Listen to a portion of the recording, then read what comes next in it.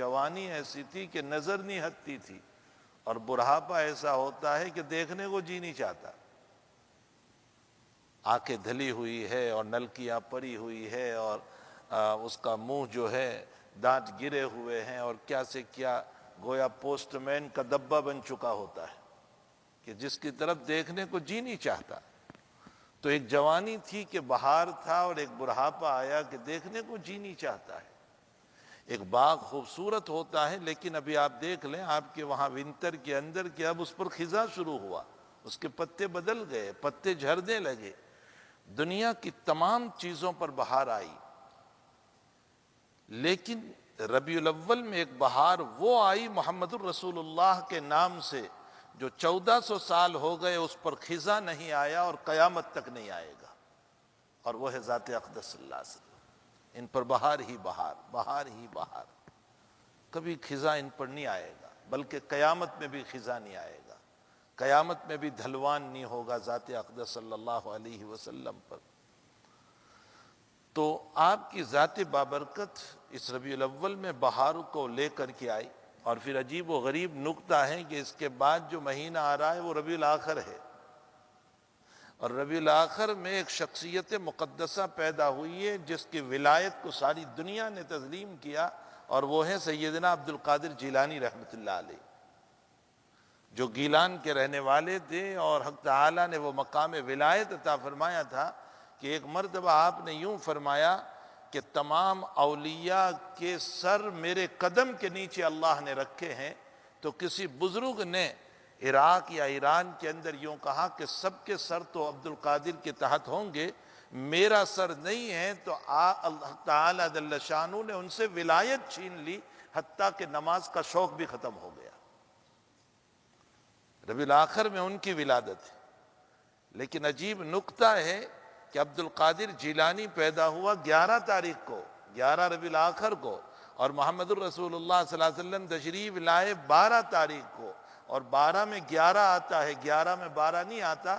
اشارہ ہوا کہ عبد القادر جیلانی کی ولایت یہ تابع ہے محمد الرسول اللہ صلی اللہ علیہ وسلم کی، 12 میں 11 ہے، 11 میں 12 کبھی نہیں ہو سکتا۔ اور ظاہر سی بات ہے کہ کسی بھی ولی کی ولایت جو ہے وہ تابع ہوتی ہے۔ مل صاحب جب کرامت پر معجزات پر کچھ باتیں کر رہے تھے، بہت سمجھ میں نہیں آ رہا تھا، ویسے تو باؤنس جا رہا تھا مجھے، لیکن کچھ نہ کچھ میں سمجھ رہا تھا کہ کرامت اور معجزات پر گفتگو کر رہے تھے۔ انبیاء کو مکلف بنایا گیا کہ اپنے معجزات کو ظاہر کرو، اس لیے کہ تمہارے نبوت کی دلیل ہے، یہ تمہیں ظاہر کرنا پڑے گا اپنے دلائل کو، تاکہ تمہیں لوگ نبی تسلیم کریں۔ اور اولیاء کو کہا گیا کہ اپنی کرامتوں کو چھپاؤ، بہت پہلوان بن کر کے کرامتوں کو ظاہر نہ کرتے رہو، کہیں ایسا نہ ہو کہ لوگ سمجھے نہیں اور تمہیں معبود بنا کر کے ہلاک نہ کر دیں۔ فرق ہے، انبیاء کو معجزات کے ظاہر کرنے کا حکم دیا گیا، ولیوں کو یہ حکم نہیں دیا گیا ہے کہ اپنی کرامتوں کو ظاہر کرو، ولی تابع ہیں نبوت کے۔ اسی لیے حضرات اکابر میں بحث ہے کہ نبی اکرم صلی اللہ علیہ وسلم میں نبوت بھی ہے، ولایت بھی ہے، نبوت بھی ہے، ولایت بھی ہے۔ عام اولیاء جو ہیں وہ نبی نہیں، صرف ولی ہیں، لیکن حضور پاک صلی اللہ علیہ وسلم نبی بھی ہیں، ولی بھی ہے۔ ولی کا معنی اللہ کا دوست، اور نبی کا معنی اللہ سے خبر لے کر امت تک پہنچانے والا، نبعون سے ہے، اور رسول کا معنی قاصد، اللہ کا پیغامبر جو وہاں سے پیغام کو لے کر امت تک پہنچائے۔ القاصد بین الحق والخلق، مخلوق اور اللہ کے درمیان رسول جو ہے وہ قاصد ہوتا ہے۔ تو حقیقت یہ ہے کہ نبی علیہ السلام میں نبوت بھی ہے، ولایت بھی ہے۔ اب علماء بحث کرتے ہیں کہ نبی کی نبوت افضل ہے یا نبی کی ولایت افضل ہے، عام ولیوں کی بات نہیں، حضور پاک صلی اللہ علیہ وسلم کی نبوت افضل ہے یا ولایت افضل ہے۔ متفقہ فیصلہ یہ ہے کہ نبی کی ولایت افضل ہے نبی کی نبوت کے مقابلے میں، اس لیے کہ نبوت میں توجہ الی المخلوق ہے، مخلوق کو خبر دینا ہے، اور ولایت میں نبی کی توجہ اللہ کی طرف ہے، دوست ہیں اللہ کے۔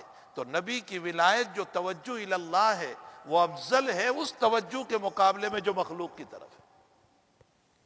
اسی لیے مسلم شریف کی روایت ہے، نبی کریم صلی اللہ علیہ وسلم نے فرمایا کہ جمعہ کے دن خطبہ مختصر دو اور نماز طویل کرو، قرات تمہاری طویل ہو اور خطبہ مختصر۔ لیکن افسوس یہ ہے کہ ہمارا مسئلہ بدل گیا، ہمارے خطیب صاحب جو ہے وہ جمعہ کا خطبہ لمبا پڑھتے ہیں اور نماز مختصر کرتے ہیں۔ آپ صلی اللہ علیہ وسلم فرماتے ہیں کہ خطبہ مختصر ہو اور نماز طویل ہو۔ کیوں؟ اس لیے کہ خطبے میں توجہ مخلوق کی طرف ہے اور نماز میں توجہ خالق کی طرف ہے، تو جو توجہ خالق کی طرف ہو وہ افضل ہونی چاہیے۔ اس لیے اللہ کے ذکر میں جو مزہ آتا ہے، جو لذت آتی ہے، وہ کچھ اور ہی چیز ہے۔ ان العبد یناجی ربہ، بندہ اپنے رب سے جو ہے راز و نیاز کی باتیں کر رہا ہے، تعالیٰ جل شانہ سے، اپنے محبوب سے یہ بندہ باتیں کر رہا ہے۔ افضل الصلاۃ طول القنوت، سب سے افضل نماز وہ ہے جس میں قرات لمبی ہو۔ لیکن امام صاحب کو مکلف بنایا گیا کہ جب تم نماز پڑھاؤ گے جماعت کے ساتھ تو اس میں پیچھے والوں کی رعایت بھی کر لینا، اتنی لمبی قرات بھی نہ کرنا کہ تھک جائیں۔ فإن فیکم الضعیف والمریض وذا الحاجہ، پیچھے ضعیف بھی ہے، ضرورت مند بھی ہے، حاجت مند بھی ہے، ان کی رعایت کر کے نماز پڑھانا، اتنا لمبا نہ پڑھانا کہ لوگ تھک جائیں پیچھے۔ حضرت نبی علیہ السلام کے صحابی معاذ ابن جبل نے اور ابی ابن کعب نے تھوڑی سی لمبی نماز پڑھا دی، حضرت غصے ہو گئے اور آپ کے چہرے انور پر سرخی آ گئی اور آپ نے فرمایا معاذ امت کو فتنے میں نہ ڈالو، اتنی لمبی قرات نہ کرو کہ جس کی وجہ سے لوگ تھک جائیں۔ اور حضرت کا مزاج یہ تھا کہ جب نماز پڑھاتے تھے تو مختصر، حتیٰ کہ پیچھے چونکہ اس زمانے میں عورتیں بھی آتی تھی اور بچے لے کر آتی تھی، تو بچوں کے رونے کی آواز آتی تو بھی حضرت نماز کو مختصر کر دیتے کہ ماں پریشان ہوگی، تو بچے کے رونے کی آواز کو سن کر بھی آپ نماز کو مختصر کر دیا کرتے تھے۔ ذات اقدس ایسا رحمت للعالمین بنا کر کے بھیجا گیا تھا کہ وہ ذرہ برابر کسی کی تکلیف کو برداشت ہی نہیں کر سکتا تھا، نماز جیسی نماز بھی مختصر کر دیتا تھا اور رعایت کر لیتا تھا ان ماؤں کی جن کے بچے رو رہے ہیں۔ تو معلوم یہ ہوتا ہے کہ امامت والی نماز تو تھوڑی مختصر ہو، سنت کے دائرے میں مختصر ہو، لیکن اکیلے جب خود نماز پڑھیں تو لمبی پڑھیں۔ حضرت فرماتے ہیں کہ اپنی نماز لمبی ہو۔ نبی علیہ السلام اپنی نماز جب پڑھتے تھے رات میں تہجد تو حتیٰ ورمت قدمہ، پاؤں مبارک ورم کر جاتے تھے، بعض روایتوں میں خون نکلنے لگتا تھا، تو اپنی نماز لمبی پڑھتے تھے۔ ہمارا مسئلہ الگ ہو گیا کہ ہم پڑھاتے ہیں تو لمبی پڑھاتے ہیں اور پڑھتے ہیں تو مختصر پڑھتے ہیں، تو ہمارا مسئلہ تھوڑا پلٹ گیا۔ ہمیں سنت رسول صلی اللہ علیہ وسلم ہر چیز میں، سنت رسول صلی اللہ علیہ وسلم ہر چیز میں ہمیں یہ دیکھنا ہے نبی علیہ السلام نے کیا فرمایا۔ مولانا عبد الماجد دریابادی کا نام آپ نے سنا، بہت بڑا ادیب گزرا ہے، بہت بڑا خطیب گزرا ہے، بہت بڑی شخصیت گزری ہے۔ مولانا فرماتے ہیں کہ آئینہ ہے محمد الرسول اللہ صلی اللہ علیہ وسلم، اور تم جب صبح کو نکلتے ہو تو اپنا چہرہ آئینے میں دیکھتے ہو کہ کوئی داغ نہ ہو۔ فرمایا اپنی زندگی کے باب میں بھی حضور کے آئینے میں دیکھ لیا کرو کہ تمہاری روح پر کوئی داغ تو نہیں ہے، ورنہ اللہ تمہاری روح کو رد کر دے گا۔ دائرے سنت میں ہر عمل جو ہے قابل قبول ہے، دائرے سنت میں، سنت کے دائرے میں، چاہے وہ مختصر عمل ہو۔ اسی لیے اذا امرہم بما یطیقون، نبی علیہ السلام اپنے صحابہ کو جب عمل کا حکم دیتے تھے تو جتنی طاقت ہو، بہت زیادہ نہیں۔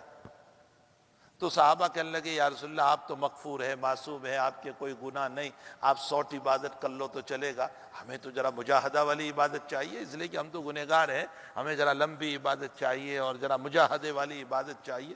حضرت غصے ہو گئے اور فرمایا انا عالمکم باللہ واتقاکم، میں سب سے زیادہ اللہ کو جاننے والا اور ڈرنے والا ہوں، پھر بھی میں مختصر عبادت کرتا ہوں، تو تمہیں کیا ہو گیا ہے کہ تم میری بات نہیں مان رہے ہو؟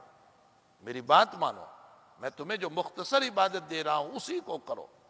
اسی لیے میرے بھائیوں رخصت بھی سنت ہے، مسئلہ سمجھنا یہ وقت نہیں ہے ورنہ میں تفصیل سے سمجھاتا۔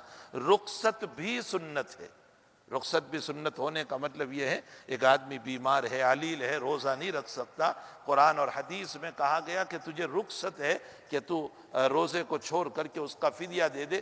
اب اپنی بہادری بتا رہا ہے اور کہہ رہا ہے کہ نہیں نہیں میں تو رکھوں گا، اور دوپہر تک میں پریشان ہو جاتا ہے، سب کو برائی میں، حالات میں، پریشانی میں مبتلا کر دیتا ہے۔ یہاں روزہ چھوڑنا یہ بھی سنت رسول صلی اللہ علیہ وسلم ہے۔ سفر میں ہے اور شریعت کہہ رہی ہے، اللہ کے نبی کہہ رہے ہیں 2 رکعت پڑھو، اب یہاں بہادری بتا کر کہ نہیں میں تو 4 ہی پڑھوں گا، 2 پڑھنا یہ بھی رخصت ہے۔ جہاں جہاں حضور پاک صلی اللہ علیہ وسلم نے رخصت بتائی ہے یہ رخصت بھی سنت ہے، اور اس سنت پہ عمل کرنے پر بھی اللہ ثواب عطا کرے گا۔ شریعت میں اللہ کے وہاں مقصود مجاہدہ نہیں ہے، شریعت میں اللہ کے وہاں مقصود سنت رسول ہے۔ سنت رسول صلی اللہ علیہ وسلم کے ڈھانچے میں چھوٹا سا عمل بہت زیادہ ثواب والا، اور سنت رسول سے ہٹ کر بڑے سے بڑا عمل وہ ثواب تو رکھے گا لیکن وہ ثواب نہیں ہوگا جو سنت والا ہوگا۔ علامہ حطاب رحمت اللہ علیہ ایک بہت بڑے محدث گزرے ہیں، انہوں نے کتاب لکھی ہے فوائد جلیلہ۔ اس کتاب میں ایک واقعہ لکھا ہے کہ ایک بزرگ تھے اور وہ ہر نماز کے بعد 100 مرتبہ سبحان اللہ، 100 مرتبہ الحمدللہ، 100 مرتبہ اللہ اکبر پڑھتے تھے۔ انہوں نے خواب دیکھا کہ میدان حشر قائم ہوا اور جو ہے فرشتہ سب کے نام بول کر کے جناب آئیں اپنا ثواب لے جائیں، جناب آئیں اپنی تسبیح کا ثواب لے جائیں، آپ آئیں اپنی تسبیح کا ثواب، سب کے نام بول کر ثواب دیا جا رہا ہے۔ پھر دفتر بند ہو گیا تو بزرگ کہتے ہیں کہ میں دورہ گیا، میں بھی تو نماز کے بعد تسبیح پڑھتا تھا، اب مجھے کوئی ثواب نہیں دے رہے، میرا نام بھی نہیں آیا۔ تو فرشتوں نے خواب میں بتایا آج ان کو ثواب ملا ہے جو سنت رسول کے مطابق نماز کے بعد تسبیح پڑھتے تھے۔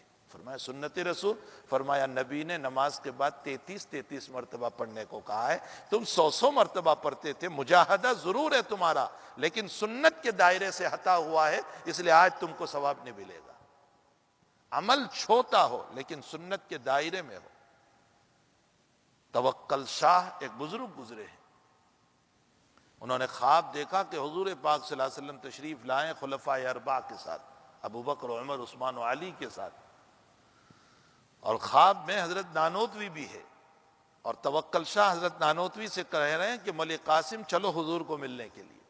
دونوں خواب میں چلے تو توکل شاہ دوڑ رہے، بڑے بزرگ ہیں، دوڑ رہے، ان کی بڑی کرامات ہے، وہ دوڑ رہے، حضرت نانوتوی دھیرے دھیرے چل رہے۔ تو توکل شاہ نے کہا کہ تمہیں جو ہے نبی سے محبت نہیں ہے، دوڑتے کیوں نہیں ہو؟ میں اسی طرح چلوں گا۔ توکل شاہ جب خدمت اقدس میں پہنچے ہیں تو مصافحہ ہوا اور حضرت نے اپنی پڑوس میں بٹھا دیا۔ تھوڑی دیر کے بعد مولانا نانوتوی رحمت اللہ علیہ جب پہنچے ہیں تو مصافحہ ہوا اور حضرت نے گود میں بٹھا لیا۔ تو توکل شاہ کھڑے ہو کر پوچھنے لگے کہ حضرت ادب کے ساتھ جتنے محبت اور جذبات میں دوڑتا ہوا میں آیا، قاسم اتنے جذبات میں نہیں آیا، آپ نے اس کو گود میں بٹھایا، مجھ کو پڑوس میں بٹھایا۔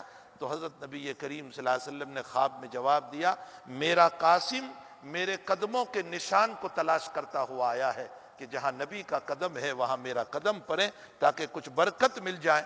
میں نے اس واقعے کو میرے متعدد اکابر سے سنا، لیکن قاری طیب صاحب رحمت اللہ علیہ سے جب میں نے یہ واقعہ سنا تھا تو قاری صاحب رو رہے تھے، اور روتے ہوئے فرمایا کہ نبی کے قدم پر قدم رکھنے سے اگر نبی کی گود مل جاتی ہے تو نبی کی زندگی پر زندگی رکھ دو گے تو یقیناً سفارش مل جائے گی۔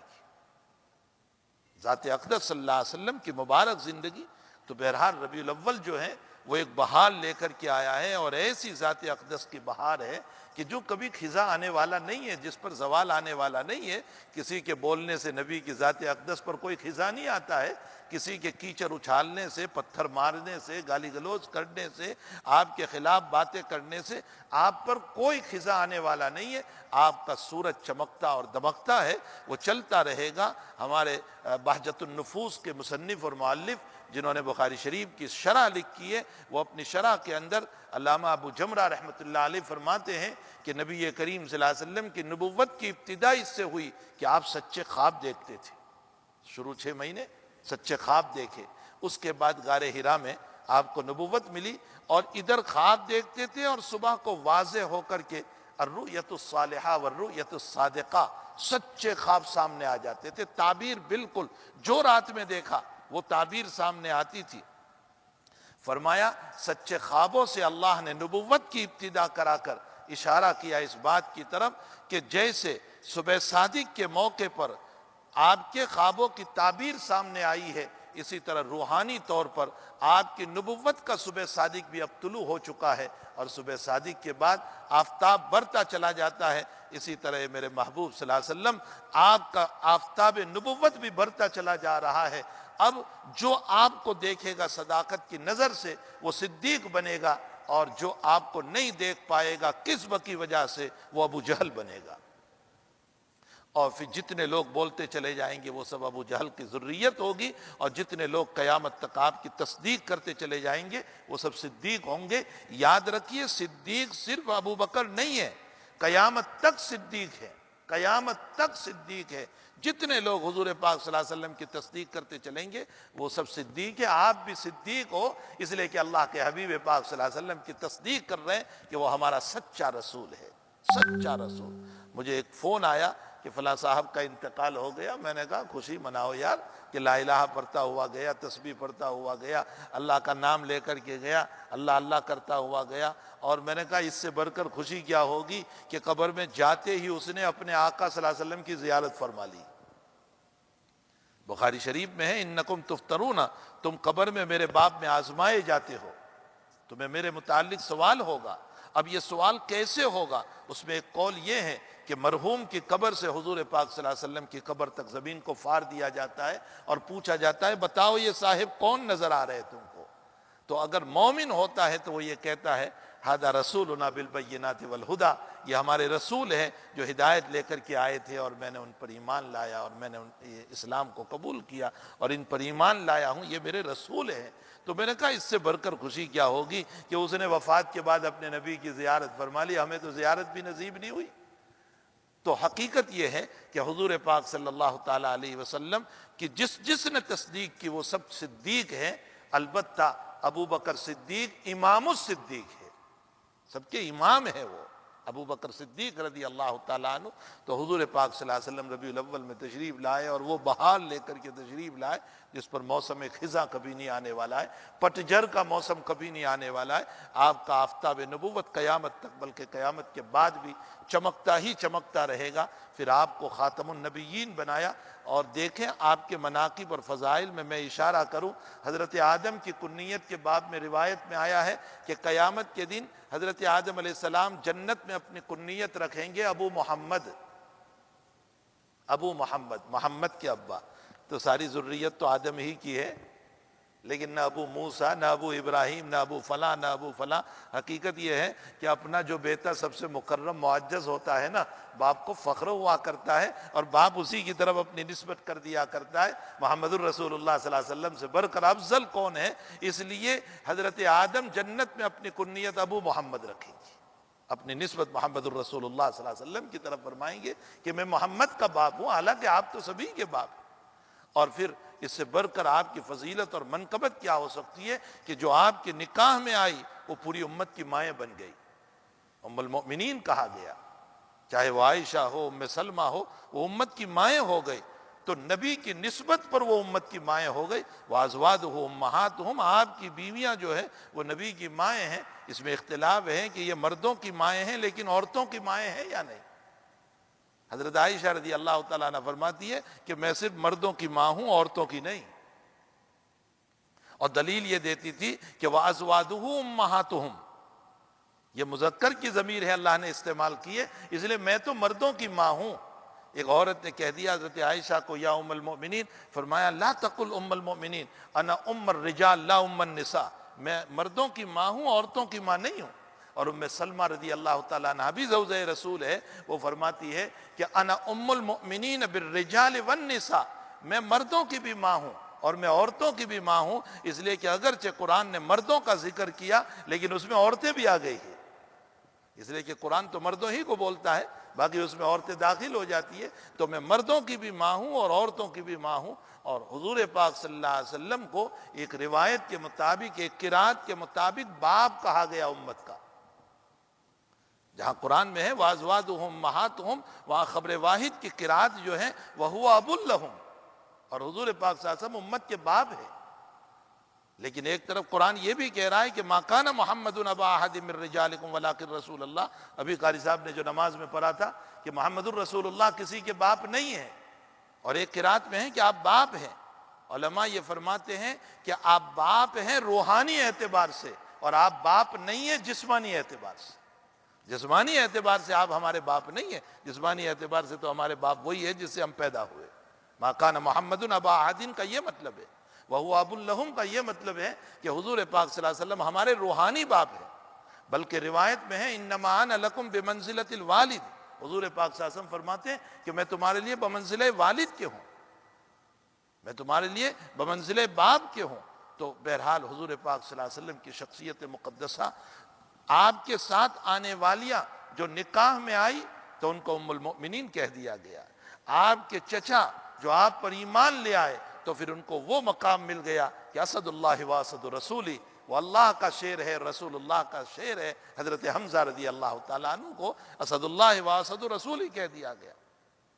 اور آپ کا چچا عباس جب ایمان لے آئے تو اللہم اغفر للعباس وولدہ مغفرتاً ظاہرتاً، نبی دعا دے رہے ہیں اللہ میرے چچا عباس کی مغفرت فرما اور ان کی ذریت کی مغفرت فرما۔ اور آپ کی بیٹیوں کے باب میں آپ نے فرمایا، اپنی بیٹی کے باب میں، فاطمہ بضعۃ منی من عاداھا فقد عادانی، وہ میری جگر کا ٹکڑا ہے، جس نے اس کو ایذا پہنچائی اس نے مجھ کو ایذا پہنچائی۔ اور حسنین کے باب میں فرمایا، جب خطبہ دے رہے ہیں حضور پاک صلی اللہ علیہ وسلم جمعہ کا، اور حسن آ گئے تو حضرت خطبہ چھوڑ کر اترے اور اتر کر کے لے آئے اور اپنے گود میں اٹھا کر کے خطبہ دیا، اور ارشاد فرمایا انما اموالکم واولادکم فتنہ، یہ اولاد فتنہ ہے، یہ کہہ کر حضور پاک صلی اللہ علیہ وسلم نے اٹھا کر کے خطبہ دیا۔ اور اس کے بعد فرمایا اے اللہ یہ میری ذریت اور میری نسل ہے، جو ان کو تکلیف پہنچائے وہ مجھ کو تکلیف پہنچائے، جو ان سے محبت کرے گا وہ مجھ سے محبت کرے گا۔ اور اس کے بعد آپ نے سونگا، آپ نے جیسے پھول سونگتے ہیں ویسے اپنے دونوں نواسوں کو سونگا، اپنے محبوب کو سونگا، اپنے پیارے نواسوں کو سونگ کر کے فرمایا کہ یہ میرے ریحان ہے، یہ میرے دونوں پھول ہیں۔ بخاری شریف میں ہما ریحانتایا، یہ میرے پھول ہیں۔ مارکیٹ اور بازار سے صبح صبح حضور آ رہے، فرمایا لاؤ بیٹی کو ذرا مل لوں۔ فاطمہ کے مکان چلے گئے، اور بیٹی عام طور پر بیٹیوں سے محبت زیادہ ہوا کرتی ہے، تو فاطمہ کے مکان گئے اور جا کر کے فرمایا کہاں ہے وہ، این لقا، این لقا، لقا کہاں ہے؟ لقا کا معنی ویسے ہوتا ہے شرارتی، بچے شرارت بہت کرتے، تو حضرت نے فرمایا ارے وہ شرارتی کہاں ہے؟ اور دونوں سوئے ہوئے تھے، حسن بھی سوئے ہوئے تھے، حسین بھی سوئے ہوئے تھے۔ حضرت نے فرمایا شرارتی کہاں ہے؟ ہمارے علامہ انور شاہ صاحب کشمیری رحمۃ اللہ علیہ نے ذرا ادب کی زبان میں ترجمہ فرمایا وہ پاجی کہاں ہے؟ ذرا اردو ادب کے اندر فرمایا وہ پاجی کہاں ہے، وہ شرارتی کہاں ہے؟ تو جلدی جلدی فاطمہ نے تیار کیا اور لائی، اللہ کے نبی نے دونوں کو گود میں لیا اور فرمایا اے اللہ میں ان سے محبت کرتا ہوں۔ یہ جب نسبت رسول پر ان کو یہ مقام مل گیا، ارے چھوڑو یہ تو سب نسبت رسول پر قریب کے تھے، کوئی بیوی ہے، کوئی بچی ہے، کوئی چچا ہے، کوئی نواسے ہیں، امت کو نسبت رسول پر یہ مقام مل گیا۔ انتم تتمون 70 امہ وانتم افضلها واکرمها الى اللہ تبارک وتعالی لانکم تأمرون بالمعروف وتنہون عن المنکر۔ فرمایا حضور پاک صلی اللہ علیہ وسلم نے، تم اے میری امت، تم سے پہلے 70 امت کو ختم کر چکے ہو، گزر چکی ہے 70 امت، لیکن ان تمام امتوں میں سب سے افضل، سب سے اکرم، سب سے اعلیٰ اے میری امت تم ہو، اس لیے کہ تم میرے کام کو لے کر چلنے والی ہو، امر بالمعروف کرنے والی ہو، نہی عن المنکر کرنے والی، اس لیے تم سب سے افضل ہو۔ بلکہ روایت میں حضور پاک صلی اللہ علیہ وسلم نے فرمایا جب تک میرا داخلہ جنت میں نہیں ہوگا کسی کا نہیں ہوگا، اور جب تک میری امت کا داخلہ نہیں ہوگا کسی امت کا نہیں ہوگا۔ آپ فرماتے ہیں جب تک میری امت کا داخلہ جنت میں نہیں ہوگا۔ روایتیں بھری پڑی ہے قیامت کے باب میں کہ حضور پاک صلی اللہ علیہ وسلم فرماتے ہیں امتم وسطا لتکونوا شہداء علی الناس ویکون الرسول علیکم شہیدا۔ اللہ تعالیٰ قرآن کریم میں فرماتے ہیں کہ قیامت کے دن میں اگلے امتوں کو بلاؤں گا اور میں ان سے پوچھوں گا کہ تمہارے نبیوں نے تمہیں میری باتیں پہنچائی تھی؟ تو ساری امتیں منع کر دے گی، نہیں ہمیں کوئی بات نہیں پہنچائی، نہ نوح نے، نہ ابراہیم نے، نہ موسیٰ نے، کسی نے کچھ نہیں پہنچایا۔ اللہ کہے گا اچھا نبیوں کو بلاؤ، سارے نبیوں کو اللہ بلائے گا، تم نے ان لوگوں کو میری باتیں نہیں پہنچائی تھی توحید کی؟ فرمایا یا رسول اللہ یا ربی ساری باتیں ہم نے تو ان کو تیری پہنچا دی تھی۔ تو اب اللہ تعالیٰ انبیاء سے کہے گا کہ گواہ کون؟ تم نے جو پہنچائی ہے اس کا گواہ کون ہے؟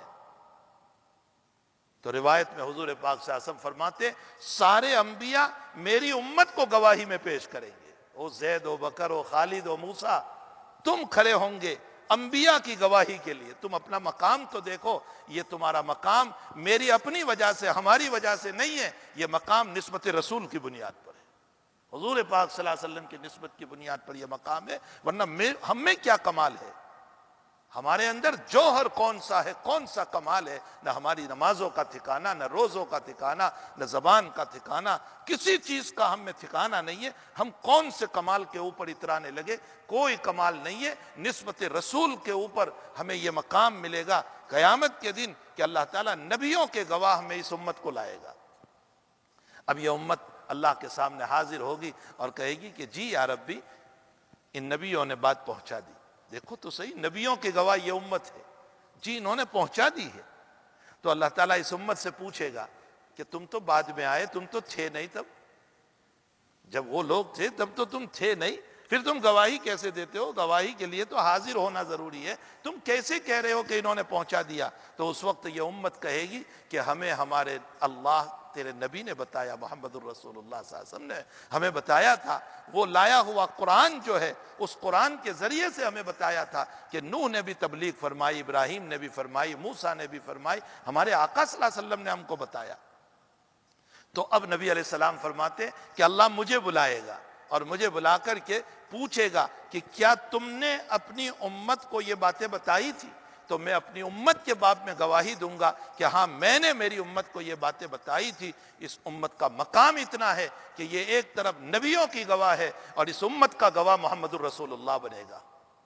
اس کو امتا وسطا فرمایا، وَكَذَلِكَ جَعَلْنَاكُمْ أُمَّةً وَسَطًا لِتَكُونُوا شُهَدَاءَ عَلَى النَّاسِ، تاکہ یہ گواہ بنیں گے اگلے انبیاء پر، وَيَكُونَ الرَّسُولُ أي وَيَكُونَ محمد صلی اللہ علیہ وسلم علیکم شہیدا، ہمارے گواہ بنیں گے کہ ہاں میں نے پہنچایا تھا۔ لیکن یہ نسبت محمد الرسول اللہ کی بنیاد پر ہے، یہ عزت، یہ فضیلت، یہ منقبت ذات اقدس صلی اللہ علیہ وسلم کی بنیاد پر ہے، اور یہ امت کی فضیلت ہے۔ اور اس کے ساتھ ساتھ آپ کی ختم نبوت کا مسئلہ اتنا زبردست مسئلہ ہے کہ آپ پر سارے مسائل کو ختم کر دیا۔ آپ خاتم النبیین ہیں، آپ کی امت خاتم الامت ہے، خاتم الامت آپ کی۔ اب اس کے بعد کوئی نبی نہیں، کوئی کتاب نہیں، کوئی امت نہیں، بس یہی قیامت تک چلنے والا ہے۔ حتیٰ کہ علامہ ابن جوزی رحمۃ اللہ علیہ جو بہت بڑے محدث ہیں، انہوں نے لکھا ہے کہ نبی علیہ السلام کو مذکر اولاد تو عطا فرمائی اللہ تعالیٰ نے، نر اولاد جس کو ہم بولتے ہیں میل اولاد، میل اولاد تو عطا فرمائی۔ ابراہیم بھی آپ کے بیٹے ہیں، قاسم بھی آپ کے بیٹے ہیں، طیب بھی آپ کے بیٹے ہیں، میل اولاد تو عطا فرمائی، لیکن اولاد دے کر کے میل اولاد کو اٹھا لیا، موت دے دی، بچپن ہی میں موت دے دی۔ ابراہیم کی بھی موت اور قاسم کی بھی موت اور طیب کی بھی موت، سب کی موت ہو گئی۔ تو علامہ ابن جوزی فرماتے ہیں اولاد دے کر اللہ تعالیٰ نے مظاہرہ فرمایا کہ میری نبی میں وہ قوت ہے کہ صرف بچیاں نہیں ہوتی، بچے بھی ہوتے ہیں، لڑکے بھی ہوتے ہیں، میل بھی ہوتے ہیں، اور اولاد لے کر اس بات کی طرف اشارہ کر دیا کہ کہیں آپ کی وفات کے بعد آپ کی اولاد کو کوئی نبی نہ بنا دے، اس لیے اولاد لے کر کے ختم نبوت کے مسئلے کو ثابت فرمایا تاکہ آپ کی اولاد کو کوئی نبی نہ بنا دے۔ تو ختم نبوت کے لیے آپ کی اولاد کو بھی اللہ تعالیٰ نے اٹھا لیا، یہ حکمت ہے اس کے اندر، جناب رسول اللہ صلی اللہ علیہ وسلم کی اولاد کو لے لینے کے اندر۔ تو آپ خاتم النبیین ہیں، پھر آپ کی امت کو وہ مقام ملا کہ ایک عائشہ ذرا سا مسئلہ ہوا اور وہ ہار گم ہو گیا اور رونے لگی، اور اتنے میں مسئلہ ہوا کہ فجر کی نماز کے غائب ہونے کا، قضا ہو جانے کا مسئلہ ہے۔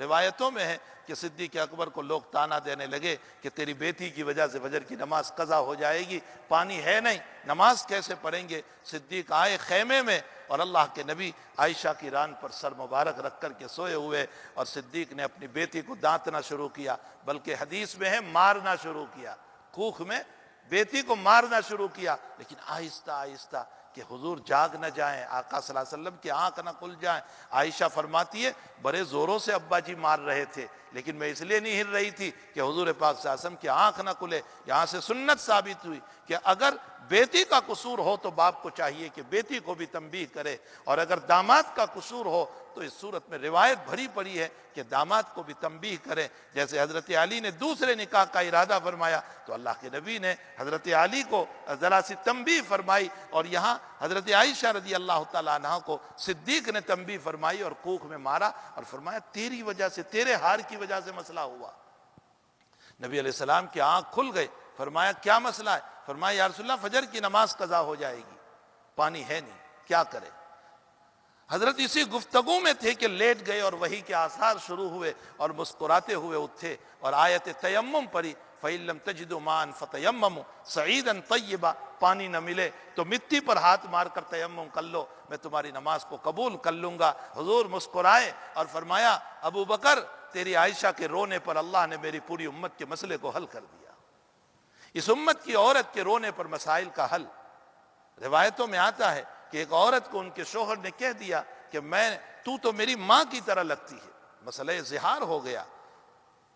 تو حضرت خولہ رضی اللہ تعالیٰ عنہ اس صحابیہ کا نام ہے، دوڑی دوڑی حضور کی خدمت میں آئی اور فرمایا یا رسول اللہ میرے شوہر نے مجھ کو یہ جملہ کہہ دیا ہے کہ تو میری ماں کی طرح لگتی ہے اور زہار ہو گیا، اب میں کیا کروں؟ اللہ کے نبی علیہ السلام نے فرمایا میرے قرآن میں کوئی حکم نہیں آیا زہار کا، دستور عرب یہ ہے کہ اگر اس طرح کی کوئی بات کہتا ہے تو طلاق ہو جاتی ہے، تجھے طلاق ہو گئی۔ تو خولہ کہنے لگی اولادی صغار، بچے چھوٹے ہیں، میرے ماں باپ نہیں، میرا گھر نہیں، میں کہاں جاؤں گی؟ کوئی فدیے کا مسئلہ نکال دے، میں پیسے دے دوں گی، لیکن طلاق کا مسئلہ بیان نہ کریں۔ حضرت نبی کریم صلی اللہ علیہ وسلم نے فرمایا میرے قرآن میں کوئی مسئلہ نہیں آیا، اس لیے اپنی جگہ جو دستور عرب ہے وہ چلے گا اور طلاق ہوگی۔ تو وہ عورت حضور پاک صلی اللہ علیہ وسلم کو یہ کہہ کر گئی اگر آپ سے مسئلہ حل نہیں ہوتا تو میں اس سے حل کراؤں گی۔ ایمان تھا اس زمانے کی عورتوں کا۔ ہمارے حضرت ماں عمر صاحب رحمۃ اللہ علیہ فرمایا کرتے تھے عام طور پر اجتماعات کے اندر کہ ان عورتوں کا ایمان اتنا زبردست تھا کہ وہ 2 رکعت کے ذریعے سے اپنے رب کو منوا لیا کرتے تھے۔ آج ہمارا حال یہ ہو گیا کہ ہم 10 رکعت کے ذریعے سے 2 روٹی اور 2 بوتی کے مسئلے کو نہیں منوا سکتے۔ ہماری نمازوں میں اتنی کمزوریاں آ گئی، ہمارے کھانے پینے میں جو ضعف آ چکا ہے، جو حلت و حرمت کے مسائل ہیں وہ ختم ہو چکے، جس کے نتیجے میں وہ تقوی، وہ خشیت، وہ نورانیت، وہ کچھ رہا ہی نہیں ہماری زندگیوں کے اندر۔ تو بہرحال خولہ گھر گئی، 2 رکعت نماز پڑھی اور اللہ سے دعا کی کہ باری تعالیٰ میرے شوہر کی یہ بات ہے، یہ کلام ہے، اور نبی کہہ رہا ہے کہ طلاق ہو گئی اور میں نہیں چاہتی ہوں کہ طلاق ہو، کوئی فدیے کا مسئلہ نکل آئے۔ ادھر نماز سے فارغ ہو رہی ہے، دعا سے فارغ ہو رہی ہے، اور اللہ کے نبی پر وحی اتر رہی ہے لقد سمع اللہ قول التي تجادلك في زوجها وتشتكي الى الله والله يسمع تحاوركما ان اللہ سمیع بصیر۔ میرے پیغمبر یہ عورت جو تجھ سے آئی تھی اور بحث کر رہی تھی نا، میں نے خوب اس بحث کو سن لیا۔ اللہ کہتا ہے میں نے بحث کو سن لیا، اور وہ تجھے یوں بھی کہہ کر گئے کہ میں اللہ کو سناؤں گی۔ وتشتكي الى الله واللہ یسمع تحاورکما ان اللہ سمیع بصیر، اور فرمایا الذین یظاہرون من نسائہم ثم یعودون لما قالوا فتحریر رقبۃ من قبل ان یتماسا۔ اگر تیری امت کی عورت اپنی بے بسی اور بے کسی کی وجہ سے طلاق لینا نہیں چاہتی ہے اور فدیے کا مسئلہ، تو تیرا مولا بھی اب قیامت تک کے لیے یہی فیصلہ اتار رہا ہے کہ اگر شوہر عورت کو اس طرح کی بات کہہ دے تو اس صورت میں وہ شوہر قرآن کے اصول اور ضابطے پر فدیہ دے دے گا تو اللہ اس عورت کو دوبارہ اس کے لیے حلال کر دے گا۔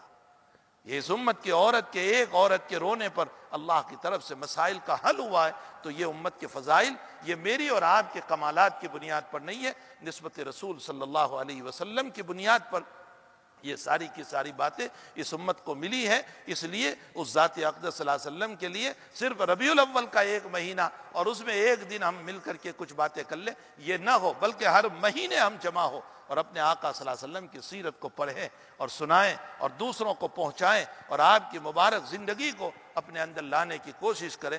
فضائل اور مناقب ہم یقیناً سنتے ہیں، حضور پاک صلی اللہ علیہ وسلم کی صورت کوئی بیان کر ہی نہیں سکتا ہے، قیامت کا سویرا ہو جائے گا، آپ کی سیرت پر گفتگو کرتے کرتے کوئی بیان نہیں کر سکتا۔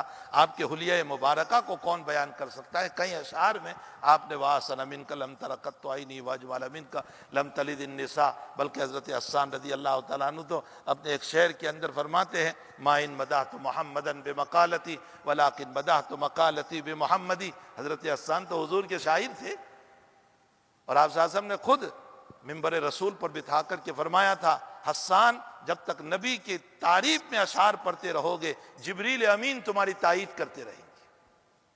حضرت حسان پڑھتے تھے تو حضرت حسان پڑھتے ہیں اپنے اشعار کے باب میں کہ میں میرے اشعار سے محمد کی تعریف کیا کروں، میں میرے اشعار سے محمد کی تعریف کیا کروں۔ حقیقت یہ ہے کہ محمد کی تعریف کرنے سے میرے اشعار مقبول ہو گئے۔ ما ان مدحت محمد بمقالتی ولکن مدحت مقالتی بمحمدی، میرے کلام کی تعریف تو حضور کی نسبت پر ہو رہی ہے۔ تو حقیقت یہ ہے کہ جتنی نسبتیں امت کو حضور پاک صلی اللہ علیہ وسلم کے ساتھ ہے، ظاہر سی بات ہے کہ ان نسبتوں کا ہمیں لحاظ رکھنا چاہیے۔ آپ سے بڑھ کر ہمارا محسن کوئی نہیں، کوئی محسن نہیں۔ اگر حسن کے اعتبار سے محبت ہے تو ذات اقدس، کمال کے اعتبار سے اگر محبت ہو سکتی ہے تو آپ سے بڑھ کر علم کا کمال کسی کے پاس نہیں، تقدس کا کمال کسی کے پاس نہیں، اصلاح کا کمال کون دنیا میں وہ مصلح ہوگا جو آقا کے برابر ہو؟ آپ کے اصلاح کا حال تو یہ ہے کہ آپ نے صحابہ پر وہ محنت کی۔ قرآن یہ کہتا ہے کہ میں اگر اس قرآن کو پہاڑ پر اتارتا تو پہاڑ چورے چورے ہو جاتا۔ اب لوگ ماننے کے لیے تیار نہیں ہے کہ کیا ایسا بھی ہو سکتا ہے کہ پہاڑ قرآن پر اترتا تو قرآن پہاڑ پر اترتا تو پہاڑ چورے چورے ہو جاتا؟ یہ کیسے ہو سکتا ہے؟ جی میرے بھائیوں، حقیقت یہ ہے کہ یہ پہاڑ تو مٹی اور پتھر کے ہیں۔ قرآن اترا اور اس قرآن نے کفر کے پہاڑوں کے اوپر جب عمل کیا ہے تو حضرت عمر جیسا بھی قدموں میں آ کر بیٹھ گیا۔ یہ پہاڑ ہی تو تھے کفر کے جن کو کوئی ہلا نہیں سکتا تھا، یہ تو وہ پہاڑ تھے، بڑے بڑے پہاڑ۔ وہ اکرمہ ابو جہل کا بیٹا جو انتہائی دشمن، لیکن اس قرآن نے اس کے سینے پر جو اثر کیا قدموں میں وہ بھی آ گیا، عمر بھی آ گیا، خالد بن ولید بھی آ گیا، عمرو بن العاص بھی آ گیا۔ یہ سب کفر کے بڑے بڑے پہاڑ تھے۔ ان کی تاریخ تو پڑھو، حیات الصحابہ تو پڑھو تو پتہ چلے گا کہ یہ کفر کے وہ پہاڑ تھے جن کے کفر کو کوئی توڑ نہیں سکتا تھا، لیکن حضور پاک صلی اللہ علیہ وسلم کی اصلاحی مجلسوں نے اور اصلاحی باتوں نے ان پہاڑوں کو توڑ دیا اور قدموں میں لے آیا۔ تو کمال کے اعتبار سے، علمی کمال میں آپ سے بڑھ کر کوئی نہیں ہو سکتا، تقدس اور پاکیزگی میں آپ سے بڑھ کر کوئی نہیں ہو سکتا، اور اصلاحی مجلس کے اور اصلاح کے جو ہیں باتوں کے اعتبار سے آپ سے بڑھ کر کوئی نہیں ہو سکتا۔ اور احسان کے اعتبار سے اگر دیکھا جائے تو حضرت خود ہی فرماتے ہیں کہ تم تو جہنم میں تھے، میں تمہاری کمر پکڑ پکڑ کر کے جنت کی طرف لا رہا ہوں۔ آپ سے بڑھ کر محسن کون ہو سکتا ہے؟ حسن کا حال تو یہ ہے، لواہی زلیخا لو رأینا حبیبی لاثرن قطع القلوب علی الیدین۔ حضرت عائشہ کہتی ہے کہ یوسف کا حسن دیکھ کر جنہوں نے فروٹ کاٹنے کے بجائے انگلیاں کاٹ دی تھی، میرے محبوب کو دیکھ لیتی تو حقیقت یہ ہے کہ انگلیاں کیا ہے گلے کاٹ دیتی۔ یہ حسن رسول صلی اللہ علیہ وسلم، علماء نے لکھا ہے کہ حسن چھپایا تھا اللہ تعالیٰ نے، پورا کھلا بھی نہیں ہے امت کے سامنے۔ تو آپ کا تقدس، آپ کا کمال، آپ کا حسن، آپ کا علم اور اس کے ساتھ ساتھ آپ کے احسانات ہمارے اوپر انتہائی درجہ ہے۔ مسلم شریف کتاب الایمان کی روایت ہے کہ حضرت رات میں رو رہے ہیں، بہت رو رہے ہیں، بہت رو رہے ہیں۔ جبریل تشریف لے آئے، فرمایا اللہ نے آپ کو سلام کہا۔ مسلم شریف کتاب الایمان کی روایت، آپ کیوں رو رہے ہیں؟ فرمایا میں جنت میں رہوں، میری امت جہنم میں جائے، یہ مجھ سے برداشت نہیں ہوگا۔ ہائے ہائے، جس نبی نے تمہارے لیے اور ہمارے لیے رات رات بھر رویا، اسی کی زندگی سنت سے کوری ہو گئی۔ اس کے پاس درود شریف کا وقت نہیں، اس کے پاس حضور کے آداب و اخلاق ہی نہیں۔ میں تیری میری اور ادھر ادھر کی باتوں میں گھنٹے نکال دوں گا، لیکن شان اقدس میں چند مرتبہ درود شریف پڑھنے کے لیے وقت نہیں۔ جبریل گئے اور اللہ کو بتایا کہ محمد الرسول اللہ کا رونا اس بنیاد پر ہے، تو اللہ نے فرمایا جاؤ میرے محبوب کو سلام کہو اور یوں کہہ دو انا سنرزیک فی امتک، آپ گھبراؤ نہیں، ہم قیامت میں آپ کو اتنا دیں گے، اتنا دیں گے کہ آپ راضی ہو جاؤ گے۔ تو رحمت للعالمین جواب دیتا ہے، مسلم شریف کتاب الایمان میں قیامت تک یہ واقعہ چمکتا رہے گا۔ اللہ کے حبیب نے جواب دیا پھر میں بھی قیامت میں راضی نہیں ہوں گا جب تک میرے ایک ایک مومن امتی کو جنت میں نہ لے جاؤں، ایک ایک کو جب تک جنت میں نہ لے جاؤں وہاں تک میں بھی چین سے نہیں بیٹھوں گا۔ یہ آپ کی محبت ہے، اسی لیے ماں عائشہ صدیقہ پوچھ رہی ہے آپ سے کہ میں قیامت میں آپ کو کہاں تلاش کروں گی؟ بھیڑ بھاڑ ازدحام، اربوں خربوں کہاں تلاش کروں؟ تو حضور پاک صلی اللہ علیہ وسلم نے فرمایا یا تو مجھے رب کریم کے سامنے تلاش کر لینا کہ میں سفارش کر رہا ہوں گا، یا حوض کوثر پر تلاش کر لینا میں پیاسوں کو پانی پلا رہا ہوں گا، اور اگر وہاں نہ ملوں تو مجھے میزان عدل پر تلاش کر لینا کہ جب وزن ہو رہا ہوگا تو میں کہہ رہا ہوں گا اے اللہ اس کے نیکیوں کے پلڑے کو جھکا دے، اس کے نیکیوں کے پلڑے کو جھکا دے۔ اور اگر میں وہاں بھی نہ ملوں تو پھر مجھے پل صراط پر تلاش کر لینا، جہنم کی تپش میں برداشت کروں گا لیکن کھڑا کھڑا وہاں دعا کروں گا۔ مسلم شریف میں ہے اللہم سلم سلم، یہ میرا امتی جا رہا ہے، اللہ صحیح سلامت گزار دے اس کو، یہ گرنے نہ پائیں، یہ گرنے نہ پائیں، اللہ صحیح سلامت گزار دے۔ علماء نے اس کی مثال دی ہے کہ جیسے ایک مکان میں اپنے 4 بیٹے ہو اور ماں کسی کام سے نکلی اور آگ لگ گئی مکان کے اندر، تو ماں دوڑی دوڑی آتی ہے، کبھی اس لال کو بچاتی ہے، کبھی اس نور نظر کو بچاتی ہے، کبھی اس لگتے جگر کو بچاتی ہے، چاروں طرف اولاد کے لیے دوڑتی ہے کہ میرے بچے بچ جائیں، میرے بچے بچ جائیں۔ فرمایا جیسے ایک ماں اپنی اولاد کو فائر سے بچانے کے لیے دوڑتی ہے، محمد الرسول اللہ جو کئی ہزاروں ماؤں سے زیادہ شفیق اپنی امت کو جہنم کی فائر سے بچانے کے لیے دوڑ رہا ہوگا۔ اس لیے مجھے اور آپ کو اپنی زندگی میں سیرت کے تذکرے سے سیرت والی زندگی بنانا ہے، سنت والی زندگی بنانا ہے۔ ہماری نماز اس طرح کی ہو جیسے رسول اللہ صلی اللہ علیہ وسلم نے بتایا، ہماری عبادتیں اس طرح کی ہو، ہمارا گھریلو ماحول اس طرح کا ہو جیسے حضور پاک صلی اللہ علیہ وسلم نے بتایا، اور اس کے ساتھ ساتھ ہمارے اخلاق، بول چال، زبان ہماری اس طرح کی ہو جیسے رسول اللہ صلی اللہ علیہ وسلم نے ہمیں بتایا، ہماری تجارت اور کاروبار اور ہمارے جاب کے مسائل اس طرح کے ہو جیسے نبی کریم صلی اللہ علیہ وسلم نے بتایا۔ صرف نماز کے مسائل بتا کر نہیں گئے، لیکن حقیقت یہ ہے کہ سورت کا جب بیان چلتا ہے کہ آقا کا حلیہ مبارک، بہت اچھی بات ہے، اس میں ثواب ہے، لیکن اس کو تو بڑے غور سے سنتے ہیں، لیکن جب عمل کرنے کی باری کے مسائل آتے تو اس موقع پر ہم پیچھے ہٹ جاتے ہیں۔ سنت رسول کے جب مسائل چلتے ہیں کہ ہمیں یہ بھی اپنانا چاہیے، یہ بھی اپنانا چاہیے، تو ہم پیچھے ہٹ جاتے ہیں۔ جیسے ایک صاحب تھے، ایک کتا مرا ہوا تھا اور وہ رو رہے تھے وہاں بیٹھے بیٹھے، تو پوچھا کہ بھئی رو کیوں رہا ہے؟ تو کہا میرا کتا مر گیا۔ کہا اچھا کیوں مر گیا؟ کہا بھوک کی وجہ سے مر گیا۔ تو وہاں روٹیاں بھی پڑی ہوئی تھی، تو کہا اتنی ساری روٹیاں تھی تو نے اس کو کھلائی نہیں تاکہ یہ مرتا نہیں؟ فرمایا نہیں، روٹیوں میں میرا مال ہے اور آنسو بہانے میں کوئی پیسہ نہیں دینا پڑتا۔ تو حقیقت یہ ہے کہ ہمارا حال کچھ ایسا ہی ہو چکا ہے کہ جہاں مفت کا جلسہ کرنا ہو اور مفت میں جو ہے سیرت کا ایک عنوان سے جمع ہو جانا ہو، بڑے شوق سے جمع ہو جاتے ہیں، یقیناً ثواب سے خالی نہیں، لیکن اصل زندگی سننے سے رسول اللہ صلی اللہ علیہ وسلم کی اتباع ہے۔ اللہ کے حبیب کی مبارک زندگیوں کو ہم اپنی زندگی میں اپنائیں اور 100% آپ کے طریق کو اپنی زندگی میں لائیں، انشاءاللہ تعالیٰ دیکھو نورانیت پیدا ہوگی۔ ہمارے شیخ یونس صاحب قدس سرہ فرمایا کرتے تھے نبی کی سنتوں سے چہرے پر نور پیدا ہوتا ہے، اور نبی کی سنتوں کو چھوڑنے سے چہرے پر ظلمت پیدا ہوتی، تاریکیاں پیدا ہوتی۔